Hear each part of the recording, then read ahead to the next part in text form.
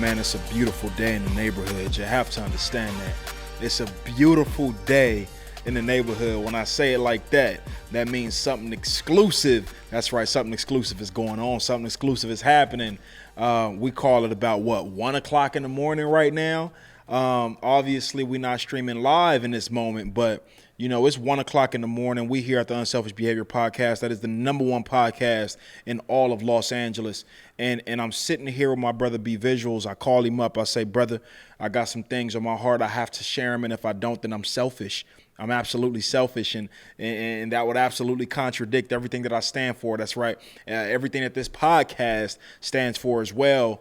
We are the Unselfish Behavior Podcast. So I don't care if I got something on my heart at 1 o'clock in the morning. I got to make that phone call to my guy B Visuals to make sure that we come up in here and break bread and have the much needed dialogue centered around a multitude of different things that I've been going through personally in my life. And most importantly, the things that's been going on in our country, in our world. We're going to dive into some things, man. And really, this is going to be an exclusive episode centered around, just a lot of things that we've been struggling with as a people, not just as a people, but I think just learning to adjust to this new norm, quote unquote, with us every other week going on lockdown, and they opening shit up and then they closing shit back down. And, you got people right now that are in desperate need of inspiration, of motivation, of empowerment as they're at home, learning to cope with a lot of the struggles that they're dealing with. Right. So, for example, for those of you that know me personally, you know that I have a multitude of different people contact me on a daily basis, y'all. Seeking guidance, seeking conversation, seeking just a listening ear at times.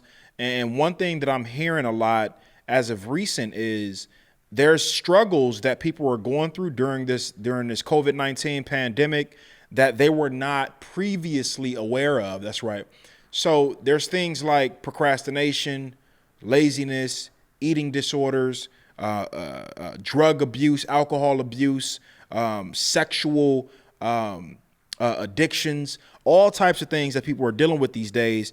And I always feel as though if I have tools, if I have experiences in which I can share with people in order to help further, the minds and just shift paradigms in regards to those said issues, then I have to do that. I'm obligated to do that. It's a part of my life's mission, ultimately a part of my purpose. So for me, before I jump into any dialogue centered around that, I want to touch on what's fresh right now.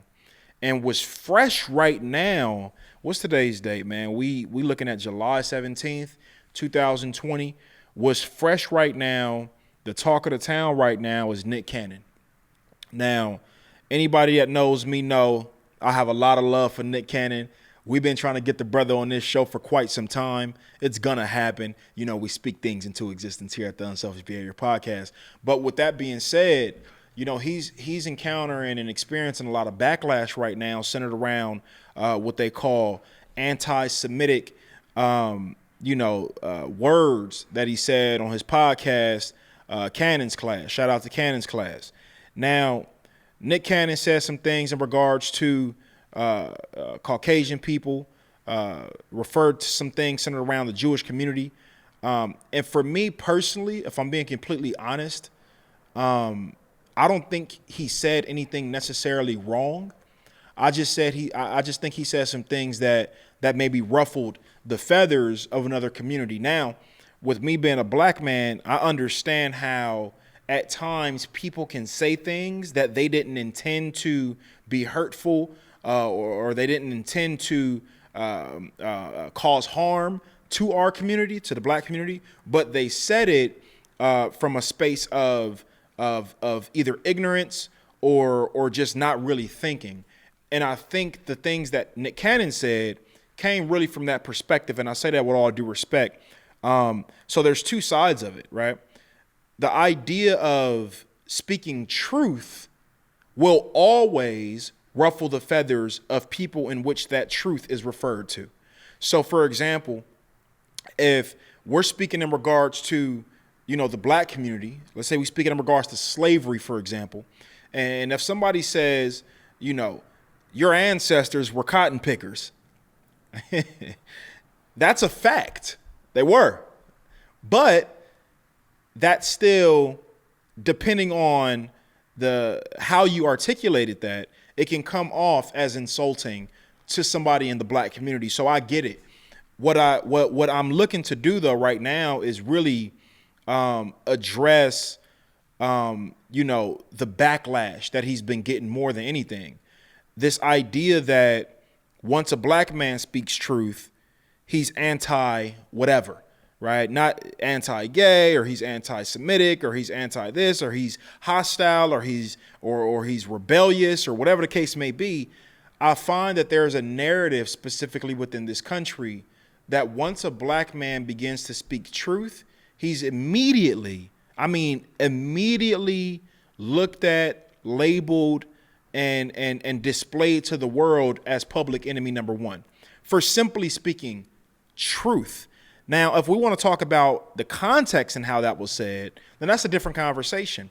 But I think ultimately what the man said was truthful, right? I don't have the quote directly in front of me. I probably should have, but ultimately, I seen the full interview. So I seen the full context in which he said what he said. But like, I'm sitting back looking like, damn, you look at people like Louis Farrakhan, who I have a ton of respect for, to be completely honest with you, and the Nation of Islam. Nation of Islam, Louis Farrakhan have actively been fighting for the black community now for 60 years, Louis Farrakhan, since he's been in leadership.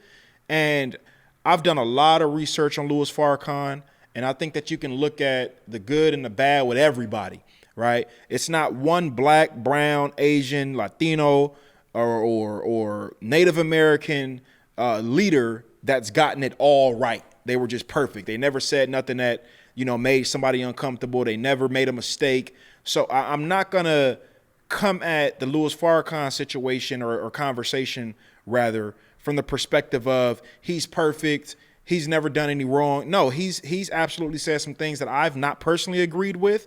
But I think ultimately, the man's full body of work speaks for itself. And I think that we have to start judging people according to their wins, opposed to always flashing their losses, being so fast and so quick to flash their losses to the media's eye and to the eye of the people. Once they do that, as though we don't make mistakes, right? So for me, I'm sitting back actually last night. I set up last night to probably about 3-4 o'clock in the morning watching the Louis Farrakhan interview with Donahue, I think it was. Donahue show, something like that. Some white dude with gray hair. And I believe it was in the 80s. I believe the interview was held in the 80s. And he's sitting in there so eloquently tackling a multitude of different accusations and conversations. And the way they had the audience set up, they had the black folks sitting on one side, they had white folks sitting on one side.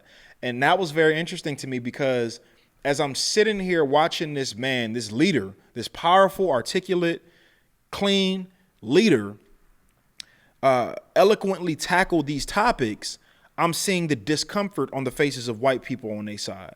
Now, we have to talk about where this stemmed from. This idea that once a black man articulates truth, it causes discomfort within, in particular, white folks.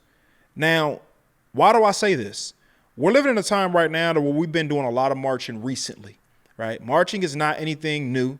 It's not something that we just started in 2020. We've been marching for a very, very, very long time. I don't have to mention dates. I think we're all intelligent enough to know that black folks have been fighting for, liberty, justice, and freedom for quite some time now. With that being said, I think that we need to call shit out as it occurs, but at the same time, we need to hold people accountable who are not actively doing their job to prevent these measures from happening. What do I mean by that? So what have we been seeing a lot in today's media? We've been seeing a lot of, in particular at black protests, we've been seeing a lot of black folks being arrested at peaceful protests, right? Why is that? Why is it that we have black folks peacefully protesting? I mean, not hostile at all. We're not toting no guns. We're not fighting nobody. We're not coming with no hostility. We're literally like, we could come and just sit down on the ground with signs and still get arrested. Why is that? Are we so naive as a people to where we've allowed ourselves to be blinded by white supremacy to the point where we cannot stand up towards the individuals that are actually enforcing that? Like, why are we not calling these people out by name? Why are we not holding these people accountable more? Why is it that once we begin to gather, and it's not just black folks out here marching. I mean, I attended one of the marches out here in LA and Hollywood a few weeks ago, and I saw everybody from every single walk of life. I mean, from gay, straight, Hispanic, white, everybody was out there, old, young, and everything in between, marching for the Black Lives Matter cause and protest. Now, for me, I sit and I observe without judgment, right? In regards to how people move and how they operate. Why do I say that? Why is that important? Because we have to move according to the nature of what people are and not what we want them to be. What I mean by that is we got to stop asking America, a system that was built and ran, and is still currently being built and ran off of violence, lies, and so on and so forth. We have to stop acting. We got to stop acting like what we doing is what they want to happen. So what do I mean by it's like we're asking our oppressor for freedom, or asking America to give us rights. When this country was built, it was never built in a way to where black people were supposed to be thriving in the first place. So slavery has never ended. It's still happening today. They've just redirected how that looks. They've rebranded it, so to speak. So for me, you look at systematic racism.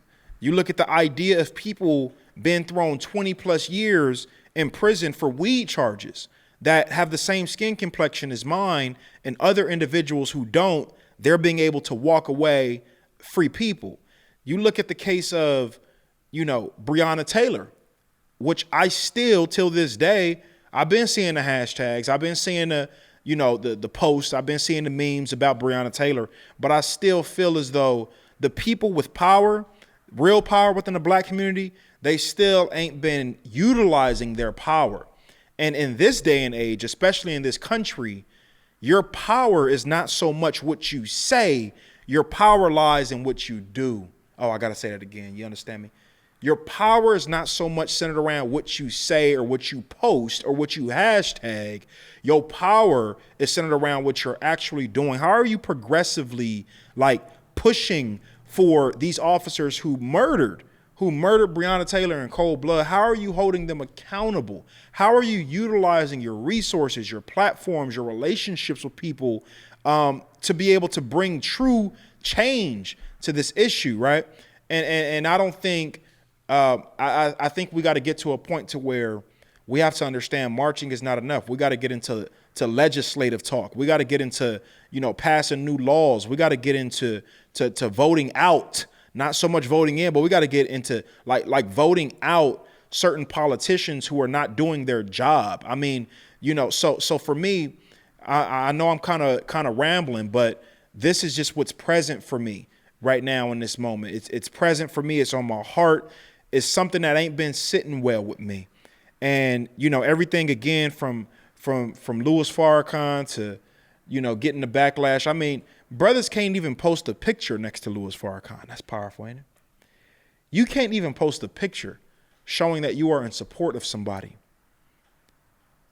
without getting called an anti-Semite or without getting called racist or divisive.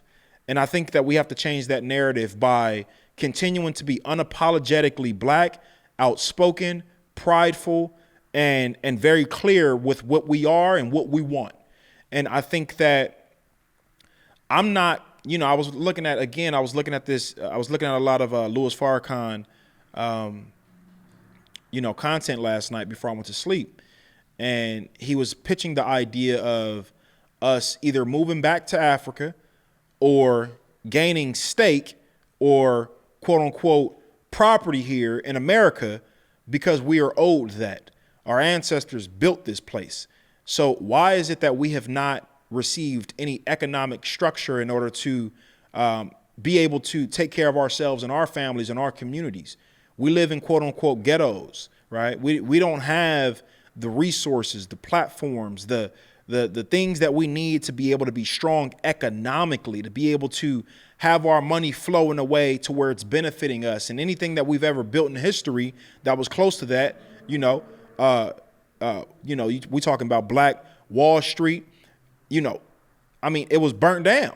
So at what point are we going to be asking for shit instead of just like going to build it? You understand what I'm saying? So I think we have to shift focus. I think we have to shift focus towards collaborating more. I think we have to shift focus towards coming together more.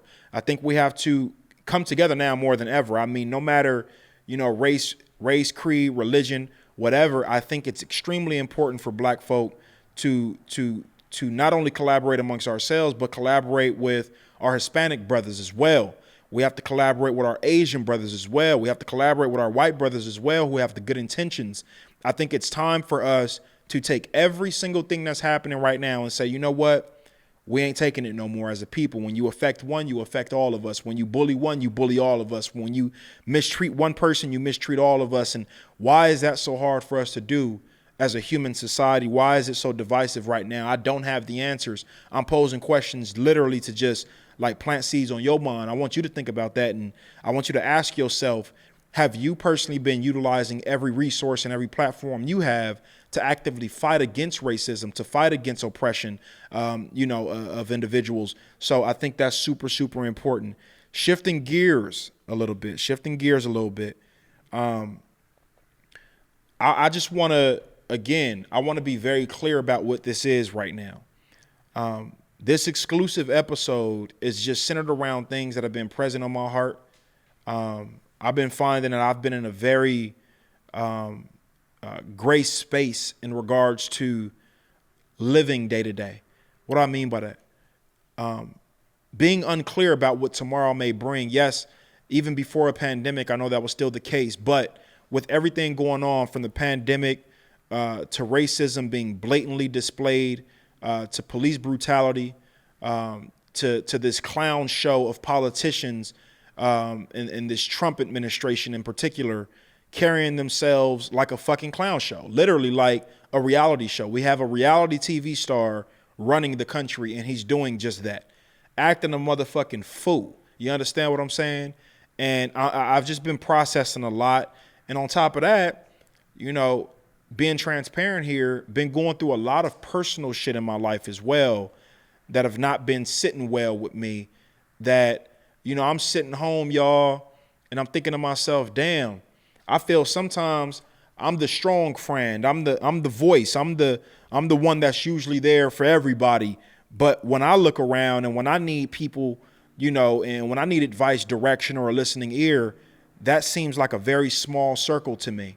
So I said, who got the biggest ear right now in my life? Unselfish Behavior Podcast. Because Unselfish Behavior Podcast is a platform to where I can come in unapologetically and talk about a multitude of different topics without being interrupted, without being, cut off, judged, whatever the case may be. And I think, just being transparent, one of the issues, and we completely switching gears right now, because the conversation of racism and all the injustices that are going on, y'all know me very well. I would much rather have a guest here to dive into that dialogue and unpack it and bring brothers and sisters in who have, the real knowledge on that stuff.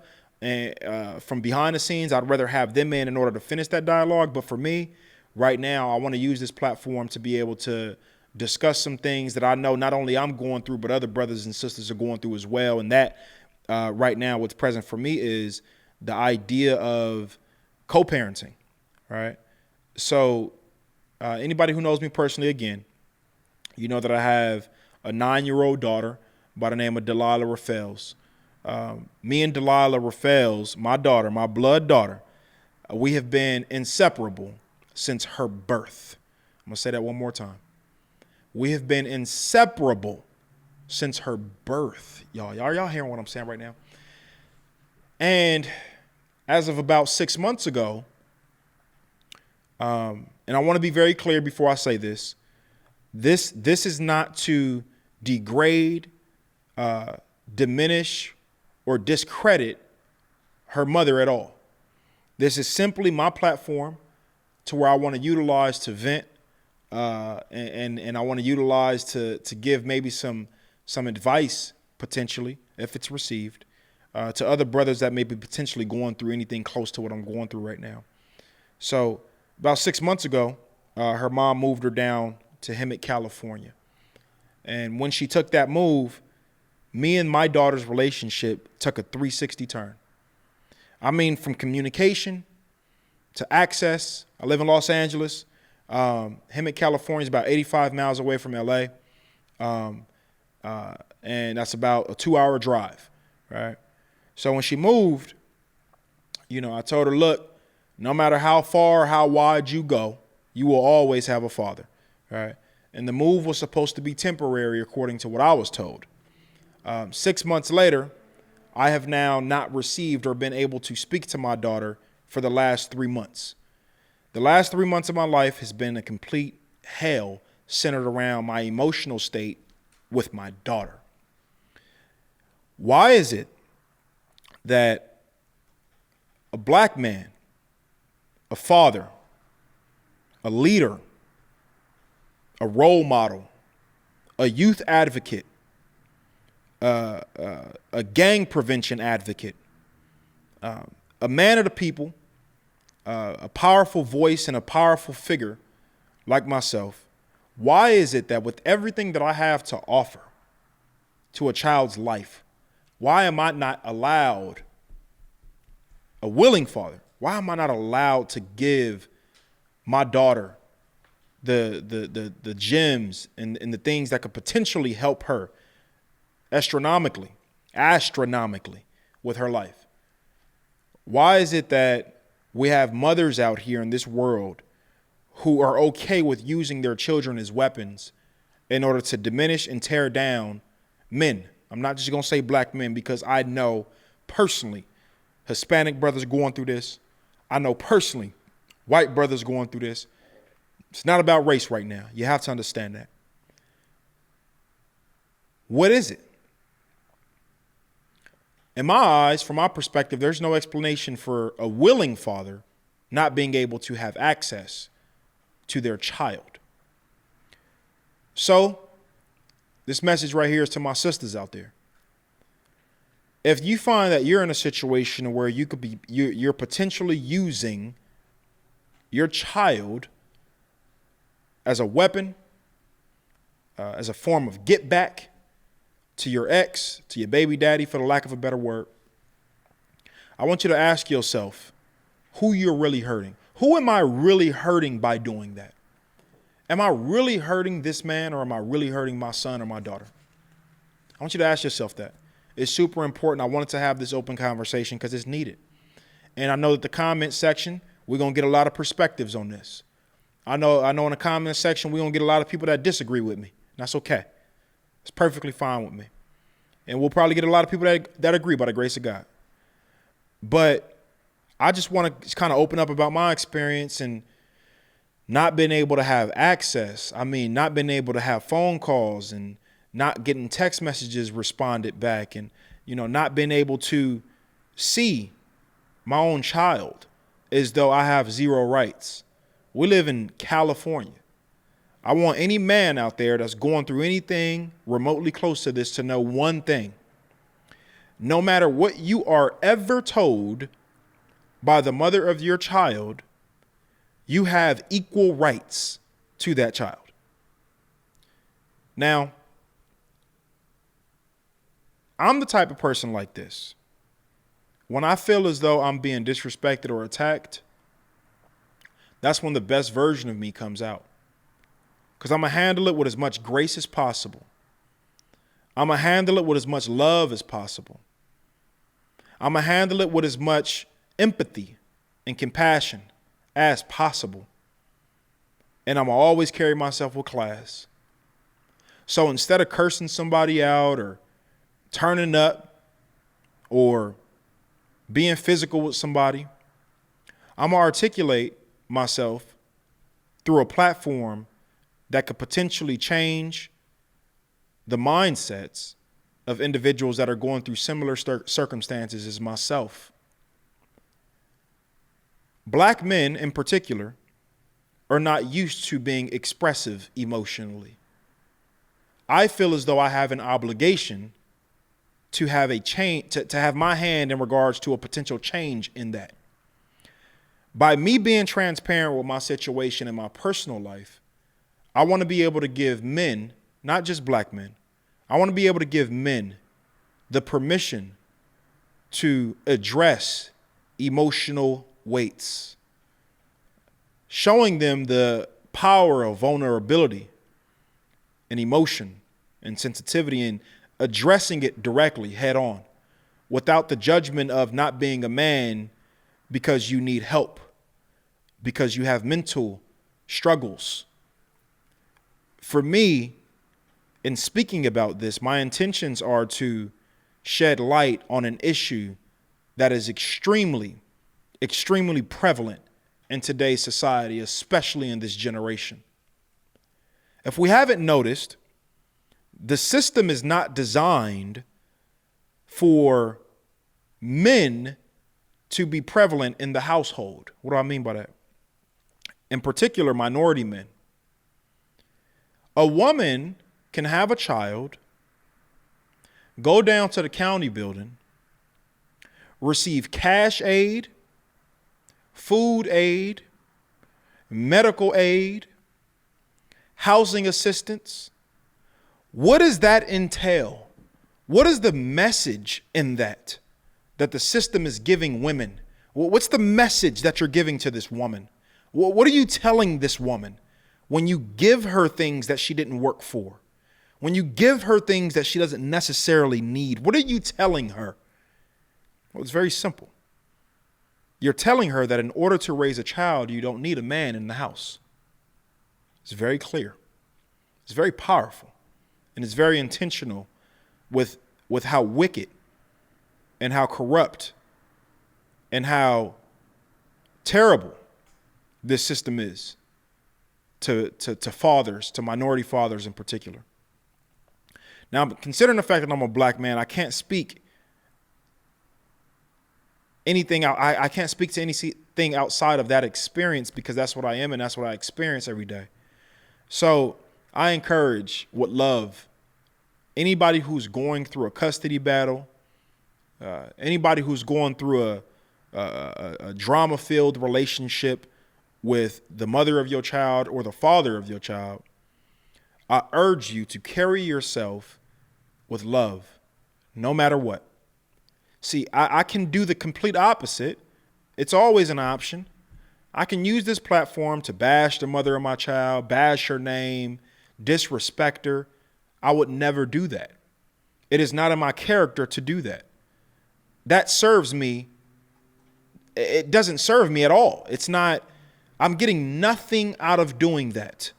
But again, I'm sharing this personal information with y'all because I know for a fact that there will be at least one man that will watch this and say, you know what? Let me carry myself a little different. Be strategic in how you move. Always carry yourself with love, even if hostility is present. And take pride in the integrity that you walk with on a daily basis. It's stupid important. I mean, damn, it's super important. My integrity is at the forefront of every decision I make. If my integrity is at stake, then I cannot make that decision with the ability to be able to sleep at night because I stepped out of character in order to appease somebody else's energy. We're not doing that. The most powerful weapon that you have as a man is self-control. And so for me, I know with me knowing that self-control is my most powerful weapon, Every opportunity in which I get to display that, I take full advantage of it. So when I'm being attacked, I attack back with love. I attack back with empathy and compassion and understanding. See, what we do a lot of times in this world is we judge people according to what we want them to be, instead of allowing people to be who they are and we making the adjustments. Ah, that's powerful. So don't ever try to change somebody. It's impossible. You can't change anyone. The only thing that you can do is influence someone through action. See, because words don't really mean shit. You could tell somebody you love them 1,000,000 times. You could tell somebody you support them 1,000,000 times. You could tell somebody you there for them 1,000,000 times. But unless your actions actually equate to that word or those words that you speaking, then it actually means zero. It means nothing. And so, again, I say that to say, carry yourself with love, carry yourself with dignity, carry yourself with honor and respect, carry yourself in a noble way. I can't possibly call myself a king and stoop down to people's levels once they attack me. And this is not only in regards to what I'm going through personally. This is in regards to people attacking my character, attacking how I articulate, attacking the idea of, because I'm a figure, because I'm a voice, I have to speak a certain way. I can't curse. Oh, I say fuck you with all due respect. I say fuck you with all due respect. And the reason I say fuck you is because I will never in my life, and I've been there before and I ain't going back, I will never in my life adjust my authenticity in order to appease your comfort level. If my authenticity makes you uncomfortable, then you always have an option to turn the channel or to go to a different room or a different space, with all due respect. Now, I would treat people the same way. I can't request something that I'm not giving. That's important for people to understand.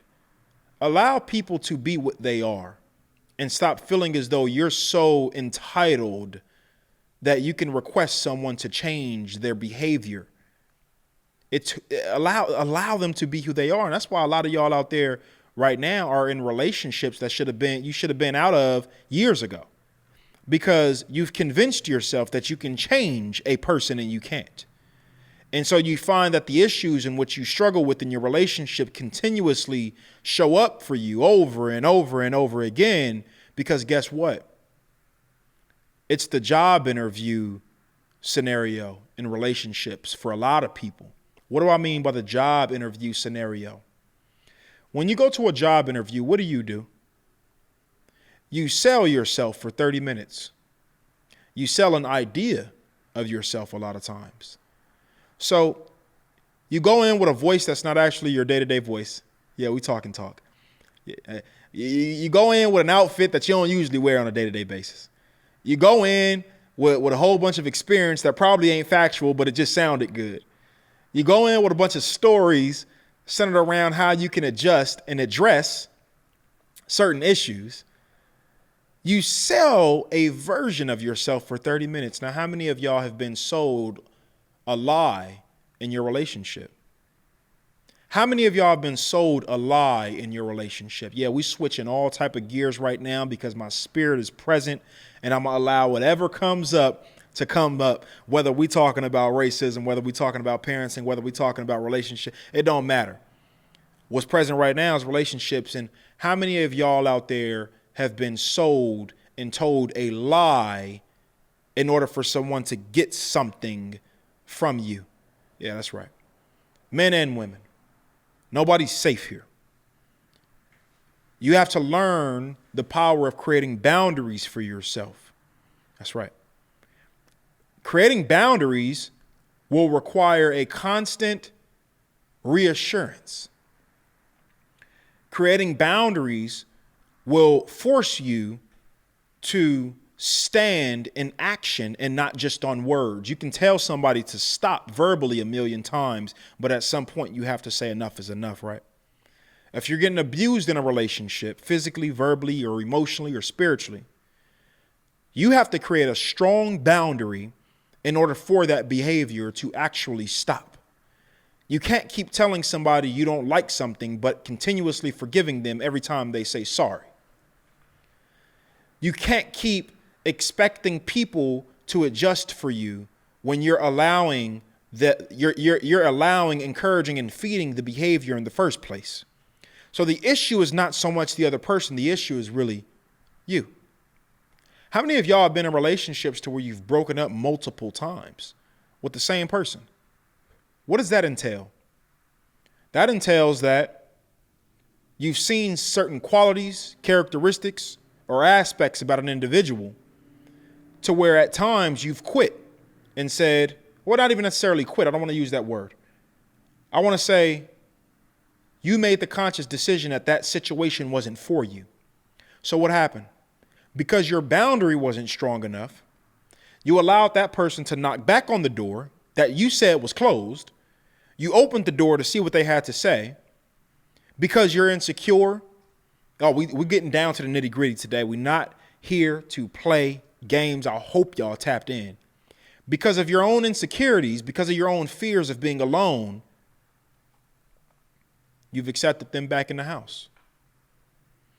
And what happens is they sold themselves again in order to get back in the door. It was the same selling tactic or selling maneuver that got them there in the first place. They used it again, and they'll use it every single time they fuck up, because you've now shown them that they're allowed to by taking them back. Now, am I saying that when you have issues in your relationship, the first problem that y'all have, y'all should break up? Absolutely not. I think love is I think love is a thing that's worth fighting for. True love is a thing that's worth fighting for. Healthy love is one that's worth fighting for. But if you guys are constantly arguing, physically assaulting each other, disrespecting each other verbally, bringing up old shit from the past, so on and so forth, that's damaging. That's damaging emotionally, which is probably the biggest aspect of damage that can be done in a relationship. It's emotional damage, not so much physical. And that's not to diminish anybody who may be going through domestic issues, because that shit is real. But man, to damage somebody and abuse somebody emotionally, that's lifelong. Like, you could fuck somebody up like that. So I urge my sisters, I urge my brothers to please create strong boundaries in your life and stand strong and stand true on those said boundaries. Next topic that I want to talk about is, just kind of the mindset that people have been in during this quarantine, during this pandemic, during this time of stay-at-home orders week after week. People have been dealing with a whole lot of laziness out there. That's right. People have been dealing with a whole lot of laziness out there. That's right. People have been dealing with a whole lot of procrastination. That's right. People have been dealing with a whole lot of overthinking. That's right. Is that you? Are you the individual who have not been productive during this quarantine? Are you the individual that have not been building your platforms, your brand, your families, your health? Are you the one that's been taking this lightly, like it's a vacation? Are you the one that's working from home and just getting your paychecks and being settled with that and not fulfilling your passions and your purpose? Well, this message is for you. You have to find something that's so addictive, that's so purpose driven, that's so people serving and soul serving, that no matter whether it's a pandemic, a breakup, whatever, that you will never stop doing that said thing. You have to find something so strong, so like you gotta be passionate about something. You gotta find something healthy that you can become addicted to. No, we're not talking about donuts, no sir. No, we're not talking about Taco Tuesdays, no sir. No, we're not talking about you sipping your wine 5-6 days out the week now because you got time. No, we're not talking about that. We're talking about healthy addictions. Are you a painter? Are you a poet? Are you a writer? Are you a reader? Are you a musician? Are you a creative on any scale? Are you a fashion designer? Whatever it is, find that thing that excites you and give that more energy than your distractions. That's the key to success. The key to success, from my perspective, is giving more energy towards the things that serve you instead of the things that are actually distracting you. See, a lot of y'all say y'all want success, but like the great Eric Thomas said, a lot of y'all actually value and want sleep more than you want success. That's real. It's Eric Thomas's words, not mine. My words is this. A lot of y'all actually enjoy binge watching more than you enjoy the preparation of an idea. That's right. A lot of y'all enjoy comfort so much that you've convinced yourselves that a project is not for you because you don't have the team or the resources or this or that. These are called excuses, ladies and gentlemen. I urge you to use all of this valuable time, because it is very valuable, this valuable time that you have sitting at home in order to build something special, not only for the service of you and your family, but for the service of others. What is a gift? Is a gift meant to be given to self? Yes, you can give yourself a gift, but I don't think God gave us gifts in order to hone in. I think God gave us gifts in order to serve other people. So find that thing, strive for that thing, and focus on that thing in a way to where you become so addicted to it that stopping is not an option. That's real for me right now. That's present for me right now. So I know that laziness is an issue for a lot of y'all. I know that procrastination is an issue for a lot of y'all. But I say you're only lazy because your why is not strong enough. You're only procrastinating because you don't really believe in the thing that you're looking to bring to manifestation. You don't really believe in it. Because like I said earlier, you can say all you want. You can talk about the project. You can talk about the ideas. But if you are not putting forth a strategic game plan of action to execute on that idea, it'll never happen.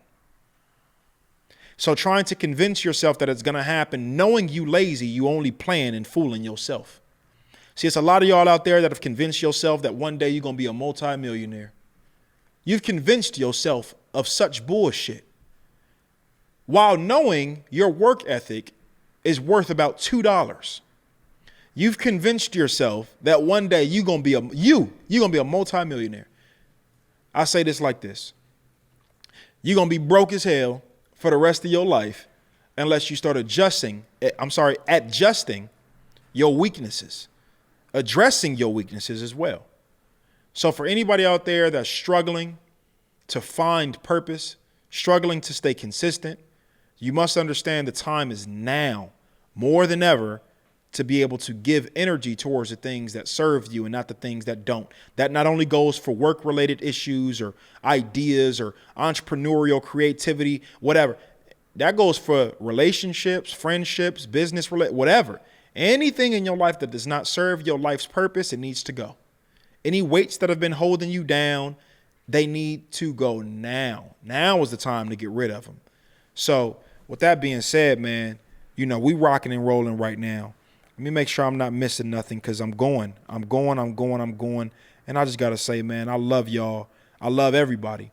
I love everybody, man. Anybody who knows me knows this. I love my black brothers and sisters. I love my Hispanic brothers and sisters, genuinely. I love my white brothers and sisters. I love my Asian brothers and sisters. I love my Native American brothers and sisters, and yes, I have some. I love my LGBT community brothers and sisters. Yes, I do. I love every single person that stands in love. If you stand on love, you got love from King Q. That's straight to the core right there. And we need to stop, again, judging our decisions and judging who we choose to support as a form of validation not to love each other. All right. So I got a good friend, man. I ain't going to say her name, but I got a really close friend of mine who is a very known Republican. She's straight from Orange County. You understand me? But I love her. I love her just like I love anybody because she stands on love. So I can't say all Republicans are this or all Democrats are that. I don't really give a fuck. I care about people who stand on love and who stand on truth.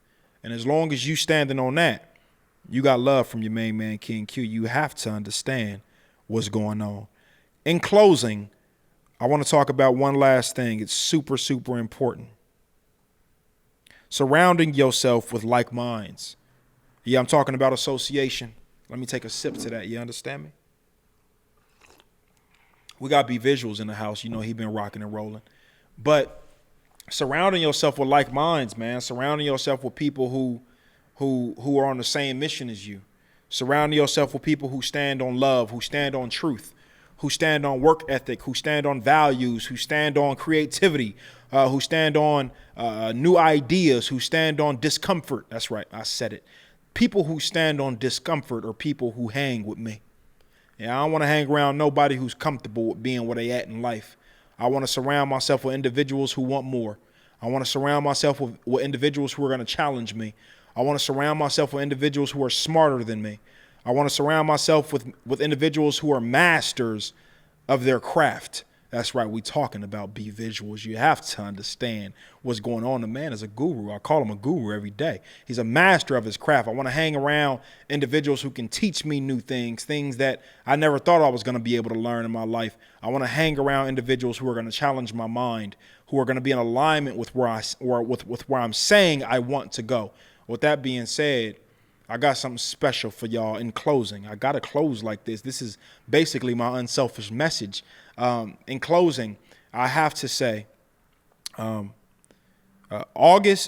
August 15th, between 4 p.m. and 7 p.m. Pacific Standard Time, I have put together a virtual course entitled Unselfish Mindset Masters. This course is going to be for anybody out there that are looking to educate themselves on a multitude of different topics centered around, for example, I'm going to have one of my good friends there.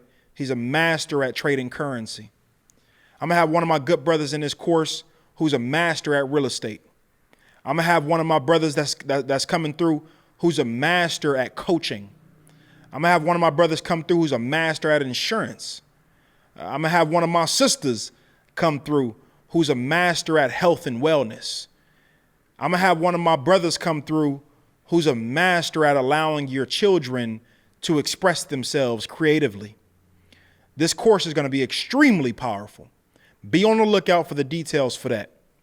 Hit me up in my DM if you're interested in attending. And it's going to be extremely powerful. Again, it's called Unselfish Mindset Masters, and that's going down Saturday, August 15th. With that being said, man, I can't end no episode without shouting out the team of the podcast. That's B Visuals. You know, he's the mastermind. He's the guru. We say this. We know this. We feel this. You understand what I'm saying? And then the queen of the podcast is not here today, Simone. She at the house holding it down. You have to understand what's going on. With that being said, you know, I hope y'all gained some stuff during this dialogue. I know it was basically a all over the place venting session / just rant, really. But that's okay. That's okay. That's what the platform is for as well sometimes. You know, so with that being said, it's your main man, King Q. It's the Unselfish Behavior Podcast. It's B Visuals. It's Queen Simone. And we out.